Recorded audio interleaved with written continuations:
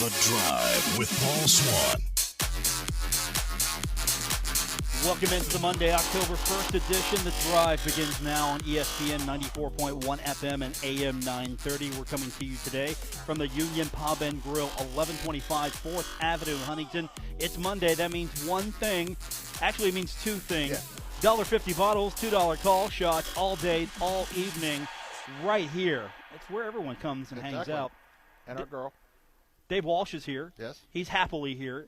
I don't know why you're wearing that shirt today. You wearing? Our shirts are totally opposite today. You're basking in first place, Look. and I'm going like, we've been hosed again. Cincinnati Bengals shirt Yes. on this Monday. You've got the Cleveland Browns shirt on this Monday. That's right. That means our lives are going two complete different directions here. You're elated, and I'm going like, can we please measure that a third time? Come on, guys. I saw your former coworker, the columnist, today. He's not very happy, was he? He was okay. He's dealing with it. I mean, he didn't use any words I couldn't repeat, but he did confess that maybe some things should have been different in a very polite way. Yeah. And I'll go with that, and I'll leave it at that. That's right. But so on your side, hey, they go to Atlanta, went on the road. Hey, it's People all good. in Cincinnati going, and they lose their tight end. Did you watch that replay? That's why there's like you don't. I never want to see that again. No. I'm still sickened by what I saw. They kind of like tell you, okay, turn your head. Hey, if you don't want to see this most disgusting thing ever, you should turn your head right now. And of course, it's a train wreck, so you want to look. And I recommend you, if you haven't seen it, don't. Just take my word for it. He's hurt. It's he's gruesome. not going to play for a while. He's not going to play for the rest of the year. Is what came out. So he's out for the rest of the season. Well, that means 3-1. People in Cincinnati very happy at this point. Thankfully, A.J. Green was back and healthy.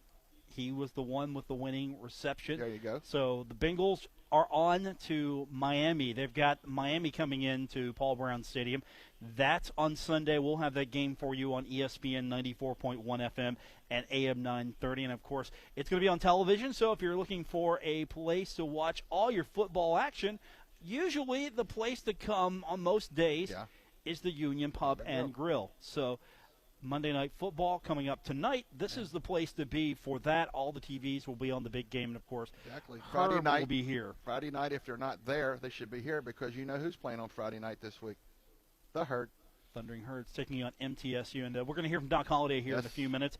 We'll get his thoughts on Marshall, the fact that they are taking a Friday now. This is, by the way, on Doc time, this is Tuesday. So we shouldn't even be here at the Union because this is Tuesday. Was yesterday. Yeah, the Union was yesterday on Doc time, and today is Tuesday. So I guess he's got the kids all bought in that today's Tuesday because usually they don't practice on Sunday. They practice on Sunday. They had a light practice. Yes.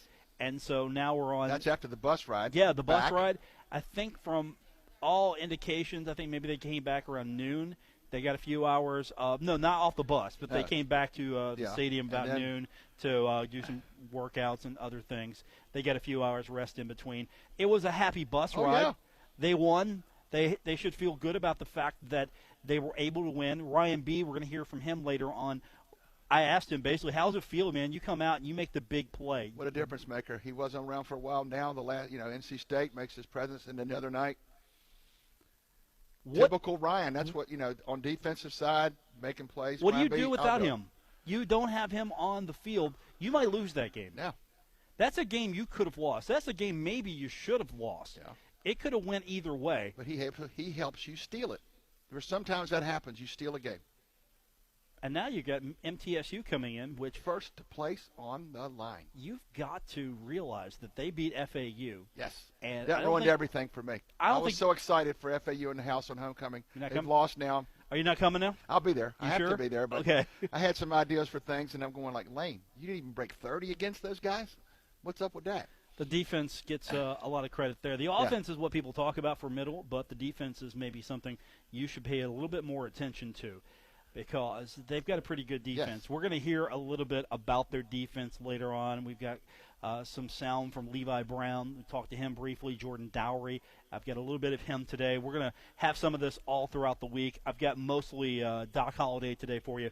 I've got Ryan B., a couple of comments from Malik Gant, Tyree Brady, Jordan, as we mentioned, Levi. So those are the guys you're going to hear from today. And, of course, your phone calls at 877-420-TALK, 877-420-8255. As it's a short week, so we're quickly moving into preparation time for Marshall and MTSU. That means some things have changed on the schedule as well. Doc Holliday show, which you usually hear on Thursday, that's going to be on Wednesday night. So if you're looking for the Doc Holliday show, that's a Wednesday night affair now. That means Wednesday's Thursday on the Doc Holliday calendar. I don't know why I'm saying this. Keep that straight. Oh, I've got to. I'm on Doc Holliday time now. So on Friday, which is going to be Thursday, I am going to tell everyone, hey, look, I'm on Doc Holliday time, and so I'm not coming in on Friday. No, there you go. They're going to look at me they're like, no. Doesn't work that way. Actually, I can stay off early on Friday because Friday's Thursday and Doc Holliday time. That's right. It's not going to work that way, but I'm going to give it my best shot. We'll give it a shot, brother. So that's what we've got in store for you. Of course, Doc Holliday always has something to say, and I'm going to get you updated on him as well, telling us about the status of Alex Thompson. I'm just going to tease that for you. If you follow me on Twitter, you already got the soundbite. If you don't follow me on Twitter, sometimes you're going to hear things there first. And we'll hear from Doc Holliday, of course. We'll also basically break this one down for you. And, hey, some Player of the Week honors coming Marshall's way. Co-offensive Player of the Week belongs to one. You've got Stockstill. He is a co-offensive player of the week. So you've got the co-offensive player of the week coming in here. And take a guess who the other co-offensive player of the week is. Number 8. Yep, Tyree Brady. Tyree Brady, co-offensive player of the week. Exactly. I was sitting there the other day thinking, like, he burst onto the scene last year, and there are times I've sat back and go, where would this team be without number 8 as a weapon? Where would they be? I mean, he's drawing crowds and everything else, and what? I talked to some people, and they were surprised that Western kind of like, dude, the only way you can lose is that last line they have to cross. And they had one-on-one coverage against Tyree Brady, and I'm going, whatever. And he caught the slant, turned it up the field, and raced to the end zone. I'm telling you, if I was going to give Defensive Player of the Week award based on one play, I'm giving it to Ryan B. Yes. I'm giving it to that guy. Exactly. So Ryan B is going to be my Defensive Player of the Week. Of course, that's not the case in Conference USA. It does not matter. No. So Tyree Brady and Brent Stockstill, the co-offensive players of the week. Jalen Ferguson, Conference USA Defensive Player of the Week. So you've got. Where's he from? Where's he from? He is from Louisiana Tech. Yeah. They beat North Texas on the road. That's a big one as well. Yes.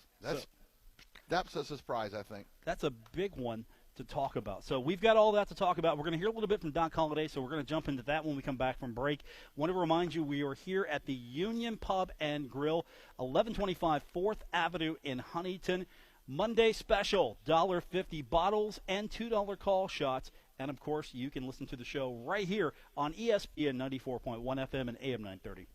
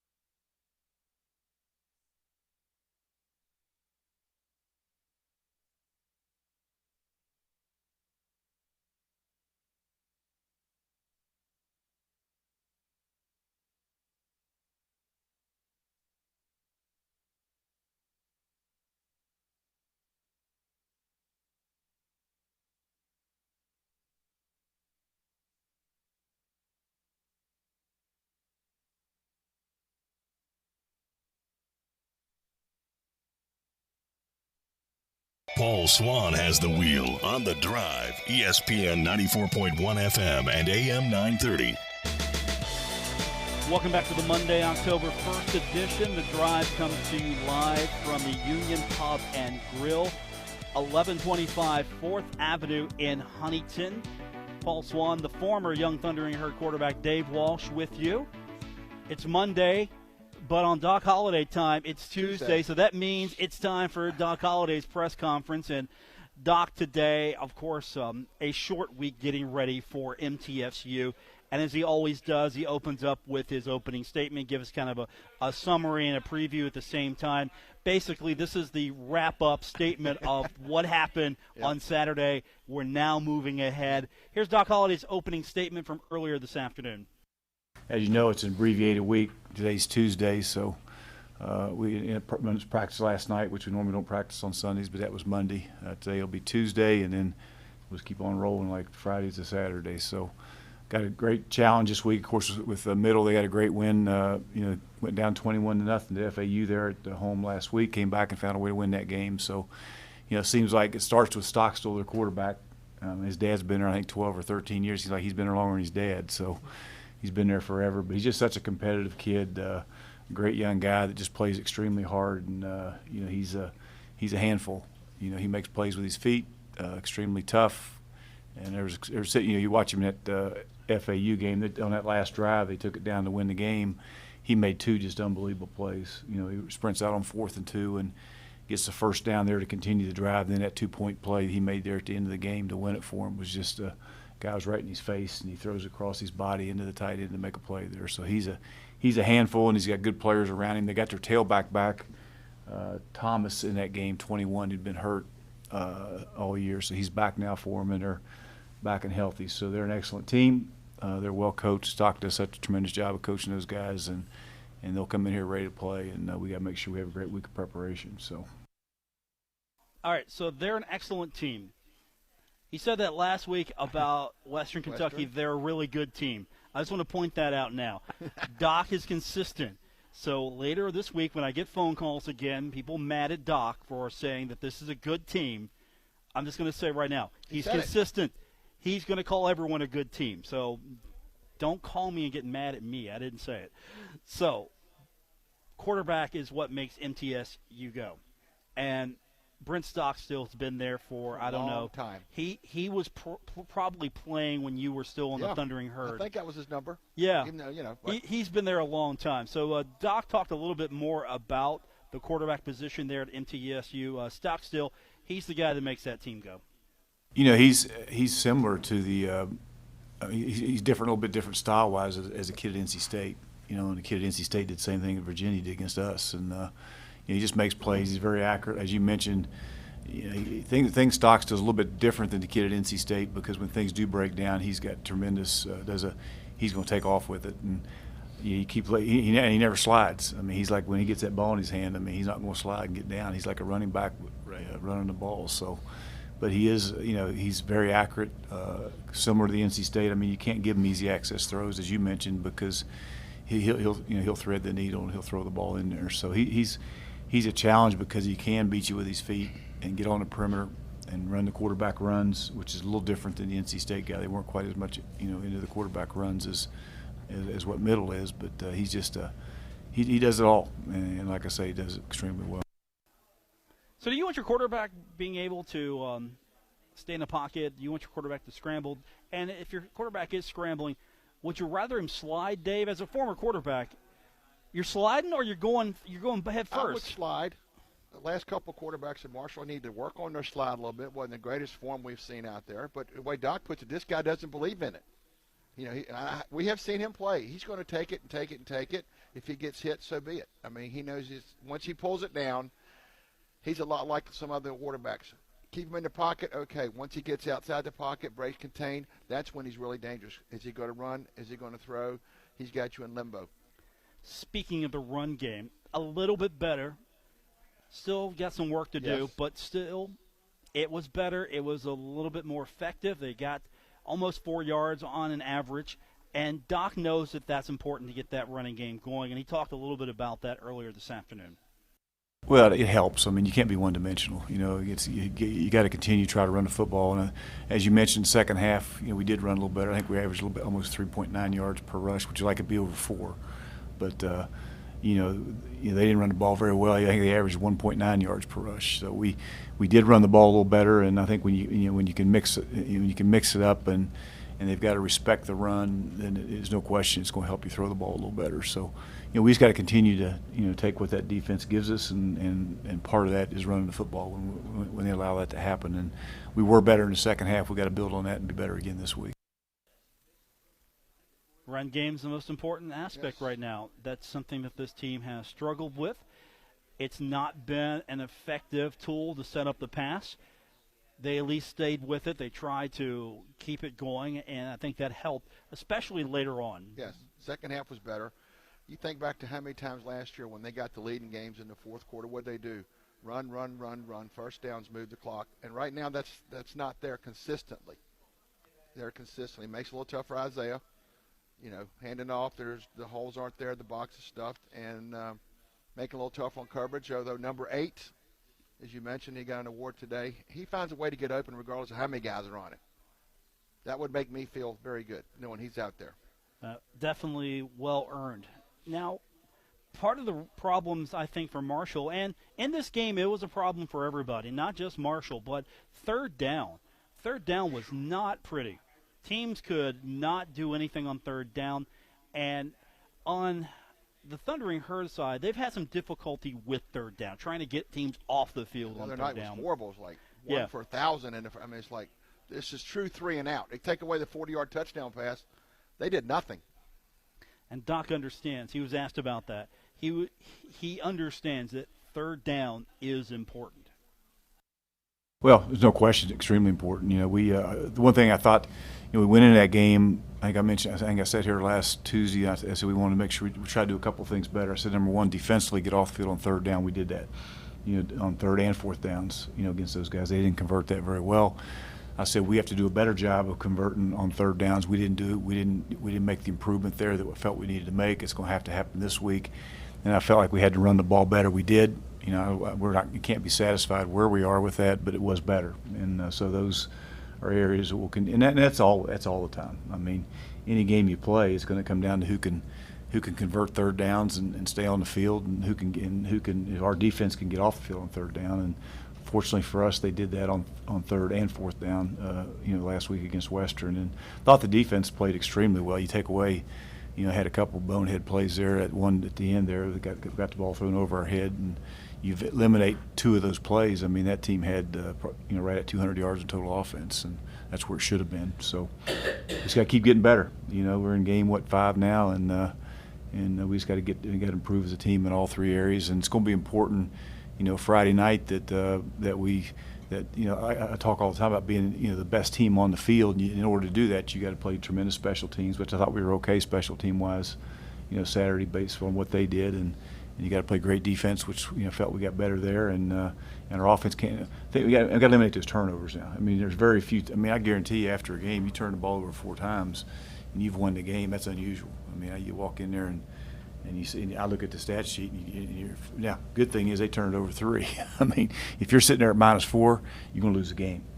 So that can't happen. You got to take care of the football, and you got to get better on that, and you got to continue to take it away on defense. It's a big laundry list there. Yes. Because he mentioned it at post-game quickly, like 4 turnovers and win, surprisingly, but then Western Kentucky got generous and gave it back to us 3 times, so we won't argue with that. Well, one of those big turnovers was Ryan B. Right. And we'll talk about that later. But one question that was asked to Doc, very end of the press conference today, was the status of Alex Thompson. And let me set this up by saying, and this isn't something Doc Holliday needs to worry about, but on social media on Saturday, I'm pretty active there. I'm updating fans, conversing sometimes a little bit, and a lot of fans wanted to know why Alex Thompson's not in the game. For whatever reason, they wanted to know. So Doc addressed it today. So here's what Doc had to say as far as his status, and I think Doc expanded on that a little bit more giving people maybe the real answer to the question that they're looking for here. Here's Doc on the status of Alex Thompson. Most part, it's important we do start fast. I mean, that's something we want to start fast in every game we play, and so hopefully we can start fast and like I say, middle. All right, we'll get that cut here in a second. So I'll just set this up here. Basically, he's talking about he's not 100% is what it is. So soon as I've got that cut, we'll play it for you. And Dave, even now the other night was a couple of times walking around our room like he wants to put the best guy out there to give us a chance to win. And right now, number 17's not doing it. And next thing you know, 98-yard drive. All right, here's let's hear about Alex. All right, here's the right cut, I believe. Here is Doc Holliday on the status of Alex Thompson. Alex Thompson, he's getting close, and I think the answer to your question, if we're going to play the best players we can possibly play that gives us the best chance to win. And if Alex gets to that point that we feel that way, then he'll be the first one to run out there on Saturday, or we'll sub him in and play him. So he's getting close. So he's not 100%. He's not ready to go. That's the Doc Holliday answer to that. And I know the game got tough on Saturday, and it was close. And you're going to have close games, right, Dave? Exactly. You've been in close games. You've been in not-so-close games. You just yank a quarterback because you're feeling like, okay, he can't handle the pressure in a close game. He's your starter. Right. And usually pull a guy out to keep him from being hurt is usually why you pull him, or you're trying to get something going. You get something going, or get the other guy some experience. The game is in hand. But I say you give the kid an opportunity to go out there and win the game. Right. And Which he did on the last drive. He went out and won the game. So you can want the other quarterback all you want. Let's not kill this guy because some of that was not on him. Again, you've got defenses throwing everything and then some at him because he is a rookie freshman. Playing his fourth game. He's a red shirt. He hasn't had 2 or 3 years. He hasn't had 15 years of experience like Stockstill has. Yeah. So I don't pull the kid. Yeah. I give him the opportunity to go out there and win that game and build his confidence. Because look what they did. They marched that ball down the field and won the game. Yeah. I mean, I'm going like in the 98 yards, and you got to go give him credit. I mean, we're sitting there. I'm thinking maybe something, change, whatever, and whether Thompson's healthy or not, whatever. Sometimes it's a look, but at the same time, Doc said, hey, I put the best 11 on the field that we can win with. And number 17 in that position is the best one. And he proved Doc right on the last drive. Right. So let the kid have an opportunity to go out there and win the game, and he went out and won the game. When we come back from break, we're going to hear a little bit from Levi Brown. We've also got Jordan Dowry. We'll hear from the co-Conference USA Offensive Player of the Week, Tyree Brady, Malik Gant as well. When we come back on this edition of The Drive, presented by Belltone Hearing Aid Center, we're live at the Union Pub and Grill on ESPN 94.1 FM and AM 930.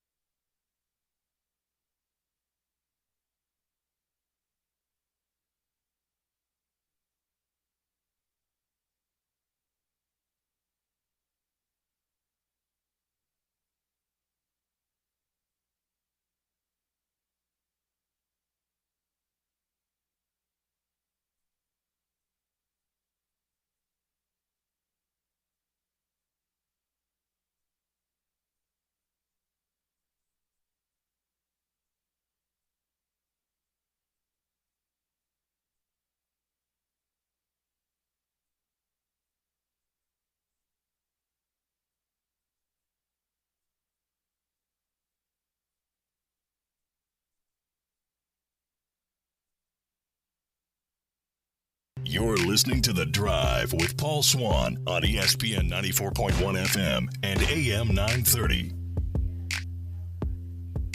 We're here today at the Union Pub and Grill on the Monday, October 1st edition. Drive is on ESPN 94.1 FM and AM 930. We are presented by Belltone Hearing Aid Center. In just a moment, we're going to hear a little bit from Player Day. Of course, even though it is Tuesday in Doc Holliday's mind, it really is Monday. Yes. So, a reminder, Monday Night Football and the famous Union special, $1.50 bottles and $2 call shots all night long right here at the Union Pub and Grill. So with a short week, that means Doc Holliday gets to work on a compressed time frame. Yes. He's got everyone on his squad convinced that today is Tuesday.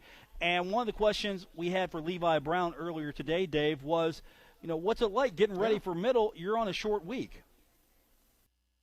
I mean, I tell you, you don't really realize how short weeks are until you get back at 4 a.m. and then you're up the next morning at noon or so just to get in here and get a workout in and get yourself treated and whatnot for any bumps and bruises you have, and then you're practicing that night. And, it comes quick, but at the same time, we're excited it comes quick. It's the opportunity to play the game you love on a Friday night. It reminds you of high school football, just getting out and beating yourself to death every week and then getting to shine it on Friday nights and always putting on a show. So he's going back to the high school roots. This is high school football Friday night, yes, playing on a national stage. Not too many teams are playing on Friday, and unlike everyone else, they're playing instead of sitting in a hotel room watching. Right. And that's a great feeling to have. On the flip side, last year they had to travel for the Friday game. This year, Middle's got to really change their schedule. They got to come on a Thursday to play Friday, so at least you're at home. It's an advantage. You're in your own bed, as the old saying. Well, it's an advantage. So it helps a little bit. It's a great advantage because your whole week is compressed, and then you got to get here and get ready to go for the Friday game. Yeah, and you're the only show in town because they're on TV network that night, and that's the only game we can play. Now, earlier we talked about the Middle Tennessee State defense. FAU was not able to really light them up. So Middle Tennessee won that game, and that was one of the questions we had for Levi Brown. Just talk a little bit about that Middle Tennessee State defense. Middle Tennessee, every year they do something different on defense that you never really see anywhere else. I mean, they'll have times where they line up 4 people outside their DNs and sometimes, and it make you kind of change your offense for their defense, which is something that I think they do really well. They have I think a majority of their D-line back from last year. They finally graduated that one linebacker, number 31, that I felt like was there forever. I think he actually went to school with Michael Selby back then, but they've got a really good group of D-line, and their front seven is a veteran group from what I can see, and we look forward to putting our veterans against theirs. So here's a team that's going to be pretty veteran across the board, and then you're trying to throw a redshirt freshman quarterback at them and get that running game going. They're going to have their work for them. They're going to have their work cut out for them. They will, and you understand Middle, with explosive as SMU is, they pretty much contained him. That's the most they've been contained by a league opponent. So Marshall's got a challenge. If they can stop FAU, I believe they can stop anybody, or at least make it difficult on them. Well, here's another point of view on that Middle Tennessee State defense. Here's Jordan Dowry and his thoughts on them. They're a really unique defense. The stuff that they do, you don't really see anywhere else. They have a very particular way that they run their odd front. And they do a lot of that, and they're very different from what we played against last week, a pretty low percentage blitz team to a really high percentage blitz team. So those are the kind of things that we'll have to adjust to in practice this week. So lots of different things, he says. It's almost like you think, well, these one of these junk teams, you junk it up a little bit when Marshall comes to the line, and they have to, make them think a little bit instead of just 4-3 every time you come to the line. You have an idea what to do. These guys are 3-4, 4-3. Why there are all these guys over here? If they make you think, they got the advantage. Well, I think the good news here is they've got the Thundering Herd, that is. Right. They've got the co-offensive player of the week trying to go against that defense, and that's Tyree Brady. Now, again, we talked about a lot of people, hey, why aren't you making your quarterback change? And why aren't you being able to do this? Why aren't you being able to do that? And then they go orchestrate a 98-yard drive. And Tyree Brady, a big part of that, and he was asked a little bit about that, to talk about that 98-yard drive. Sort of gelled this team a little bit. They came together to make that happen. Here's Tyree Brady.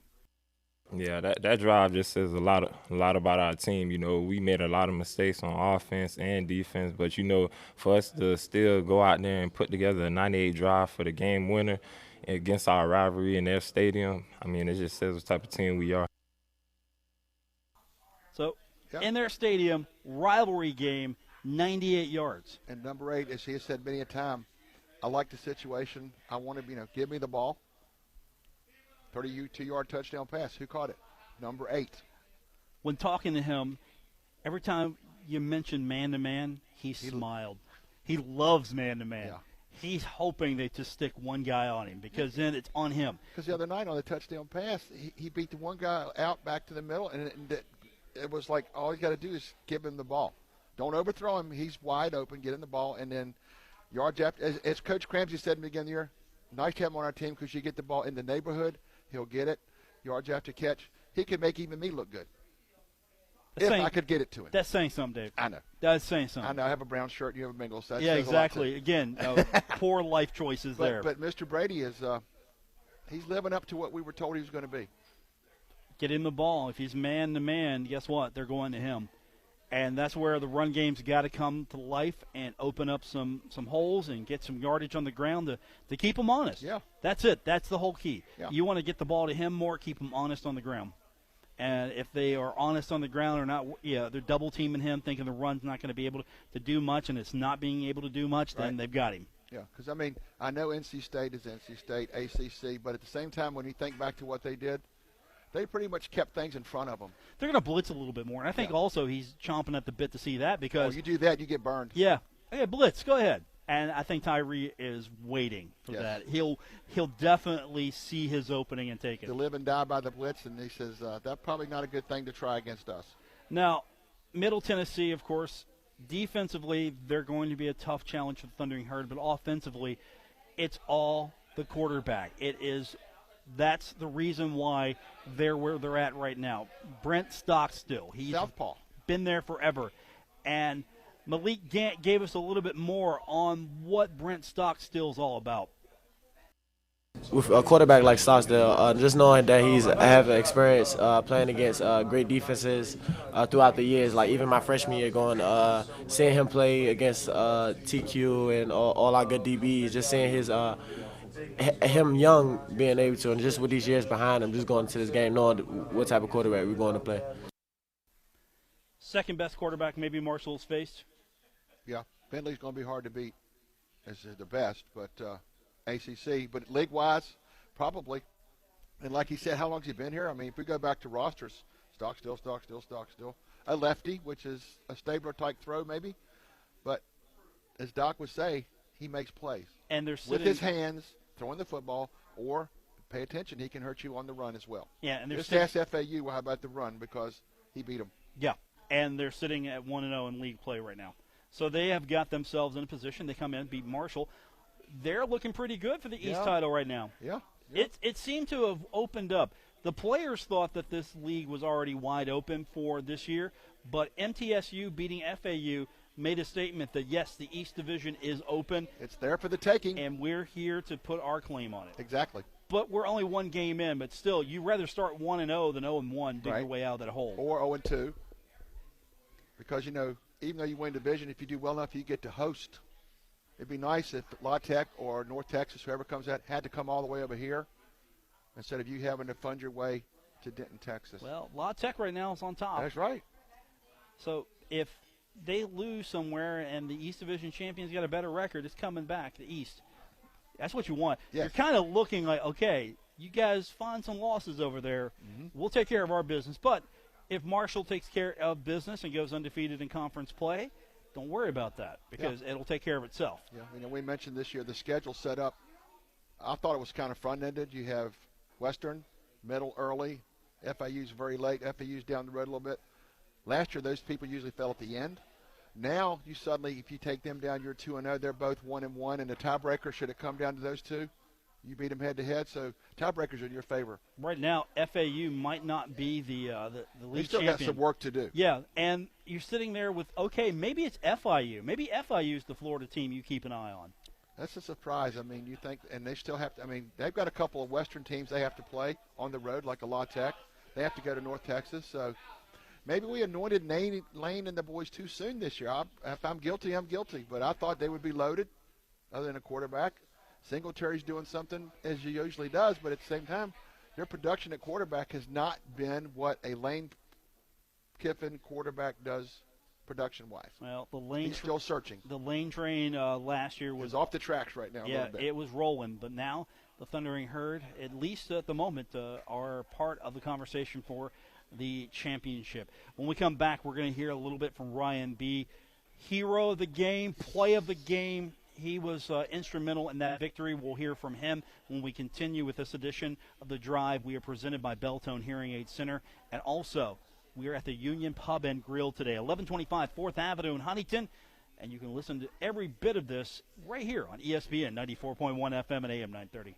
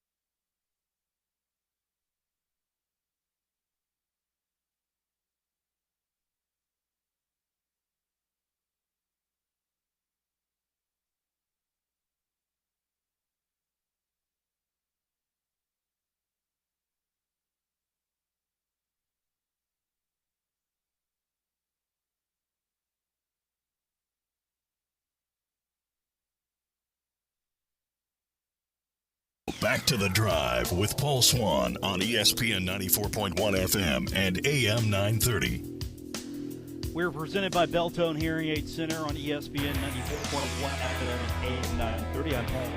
Joining me at the Union Pub and Grill today, the former young Thundering Herd quarterback, Dave Walsh. Today was player day, so a chance to catch up with some of the guys and get their thoughts on what happened last week. And, of course, look ahead as we are on a short week. Or as Doc Holliday says, we're on Tuesday. You know, one of the guys that I'm excited to see out there is Ryan B. Yes. And he definitely was a factor in this game.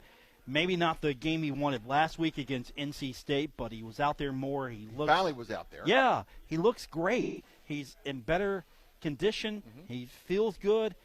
And he wanted to go out there and make a play because he didn't feel good about his performance. Yeah. Yeah, look, you're back in the game. That's a victory in itself. But he did not feel good about the way he played. So Ryan B., when he caused the fumble that saved the day, that had to be the play of the game. That's the game ball right there. You give it to him.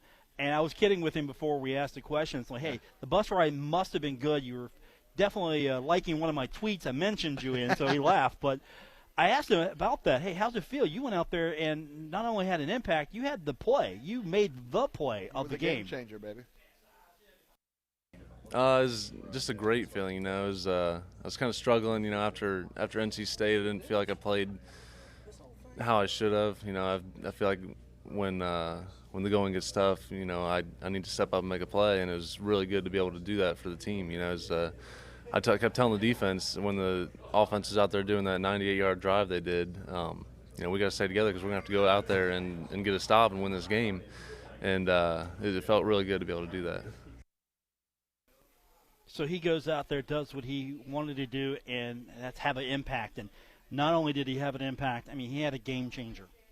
That was the play of the game. Nothing else. Even the 98-yard drive, even though that was important, right here it is. If he doesn't get the sack, then we're not talking about the 98-yard drive. No, we're not. We'll talk about that pass that, And he's mentioned he beat the guy on the outside. So if I'm a tackle having to block him, I'm going to try to take him as wide as I can. He got by him, doesn't see him. Guess what? Tom Brady rule didn't apply here. Ball's down. Juwan Young falls on it. Nice bus ride home. And by the way, we should mention Juwan Young, the other hero of the game, because he actually fell on it. Yeah. So Ryan causes it, and Young's picking it up and going, hey, I'm going to make good on this. Yeah, because you talked to him after the game, and he's going like, well, I wanted to hit him too, but it was already hit. I saw the ball. I'll fall on it. And make plays. So that's, first time it's happened, but, hey, first time for everything, and in this situation, an appropriate time for it. So Ryan, of course, like everyone else, is now getting ready for the short week. They're right in the midst of it right now. And that was one of the questions we asked of him. Hey, getting ready for the game. You're on a short week again. The joke, it gets tiresome, but, it happens. If you play on Friday, it's going to come. It's Doc Holiday time, so we're on Tuesday now. So here's Ryan's thoughts on the fact that this is a short week getting ready for MTSU. We had a 5-hour bus trip to celebrate, and then we got back, went to bed, and we had practice yesterday. It's a short week, and we got Middle Tennessee, a really good team. They just beat FAU coming in here on Friday, so we're ready for the challenge. So enjoy the win while it lasted, and the jubilation for the win. Bus ride. That's it. You get to enjoy it on the bus. And even then, some of those guys were doing some work looking, because, again, they have iPads and they can sit and look at footage. There's a way to pass time. Yeah, they found ways to get their football homework in. So Ryan B., his homework assignment now is going to be one of the best quarterbacks in Conference USA, Brent Stockstill. Here's Ryan B.'s assessment on him. Brent Stockstill, he's been hurt the past 2 years, so I haven't played him since I think it's the 15 season. So excited to see him back. He's a great quarterback. He'll run it just as much as he throws it. That's another challenge this week is being able to stop him. So I want to know a little bit more. What's the challenge here this week? Last week against Western, you had the quarterbacks, the multiple quarterback challenge, that potential there. So I asked Ryan, hey, what's the challenge here this week? What's different from Western Kentucky to Middle Tennessee as far as the challenge is concerned? Western, they had two or three different quarterbacks that were rotating, and they're more trying to get out of the pocket and prolong plays, I guess you'd say. But where Stockstill, he wants to stay in the pocket and look downfield. He'll take hits, and so we got to be able to push that pocket and get him off his spot. So that's going to be the goal. Yes. And with a quarterback like Stockstill, he's not just going to sit there and take a sack. He's going to find ways to get the ball out, or he's going to make himself scarce. Yes. And he won't slide. He's definitely going to be one of their toughest challenges. Right. Again, I think he's the second best quarterback they're going to face this year. Yeah.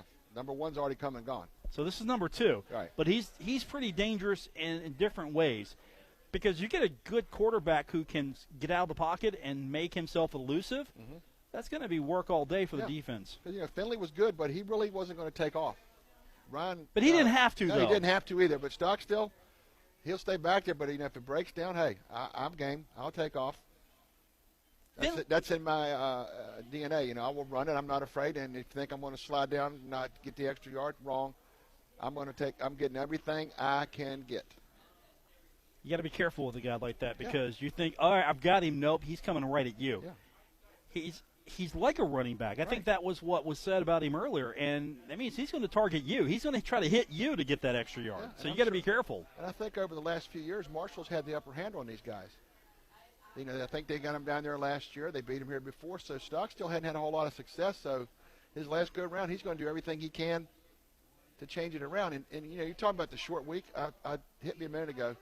If Doc coached in the NFL, what would he do if they played on Sunday and had to play on Thursday? His calendar would just blow up. You would blow his mind if you did that. His calendar would just go like, I mean, you think about it, especially if they had to travel. The NFL Thursday, I'm thinking, man, Doc, he gets crazy on the Friday situation. Thursday? Please don't ever go to Thursday. That's just a supposition. Let's get back to Stockstill. No, I'm good with that because, again, you've got to take on a middle, and, of course, the travel is going to be the factor for them. Yeah. And Marshall, other than a couple of times, and you know, they lost in 2013. Okay. They lost a big one there, 51-49. And then they lost in 2015, 27-24. But the last 2 years, Marshall has put up a lot of points on them, 42-17 in 2016.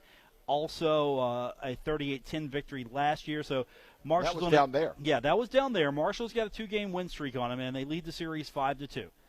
Just to give you kind of an idea. But Marshall, as of late, has owned this series. They've won 3 of the last 5 because the last time Marshall played before Conference USA was in 1994. 1 AA days? Yeah. Donnan was the head coach in 94. Okay. So they won that one 49-14. Stockstill was probably there then, too. It feels like maybe it. I know. It's like, you know, you go James get these Donnelly rosters, was the head coach. You get the rosters out, you're going, wait a minute, you only get 4 years to play. What's going on here? So he's one of those guys, just like people playing Marshall go, they were glad to see Tyree Brady finish up this year. And Stockstill opponents will go, glad he is gone. There are a lot of guys from Middle Tennessee that I'm glad they're gone. You got a couple in basketball. Yeah. You're really glad they're gone. I can remember the basketball I didn't situation. send Giddy Potts a graduation gift. I still owe him one. But basketball-wise, you're going like, my God, 100 years? Come on, dude. But that was one I'll never forget you going like, is he still here? I was going to walk him. I was going to walk him off the stage. There he is right I'm serious. there. I was going to walk him up, get his diploma, and walk him off. Yeah.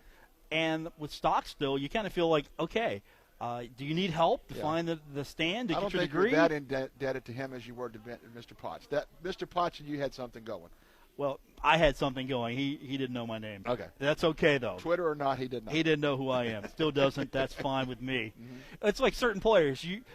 You want them to be gone because they're such a good player. You respect them from the other team.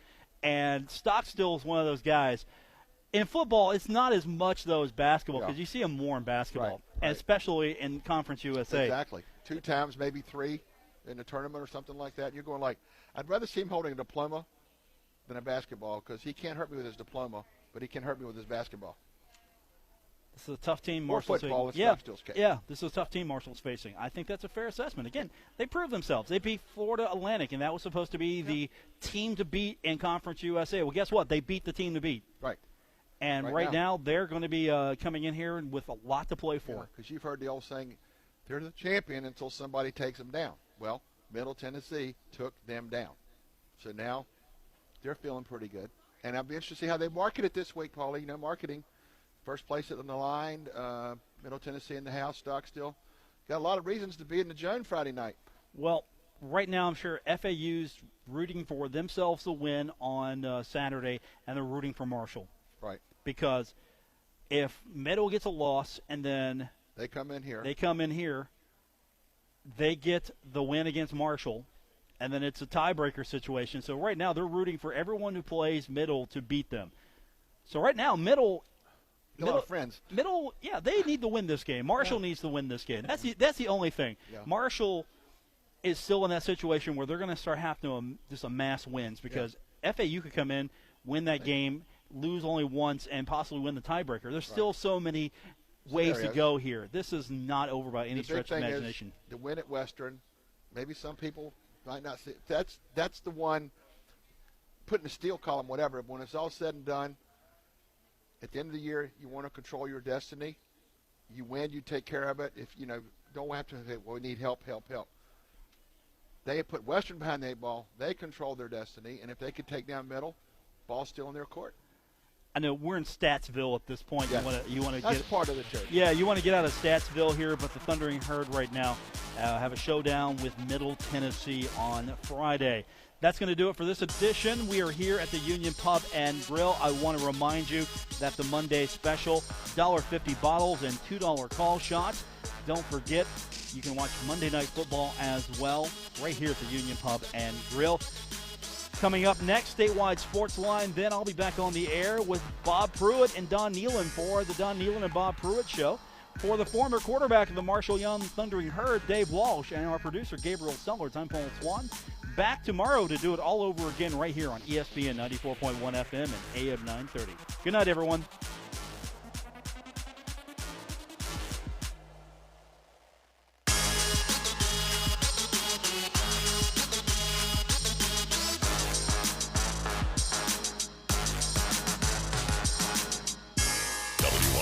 Huntington, W227BS Huntington, ESPN 94.1 FM and AM 930. Huntington Sports Station.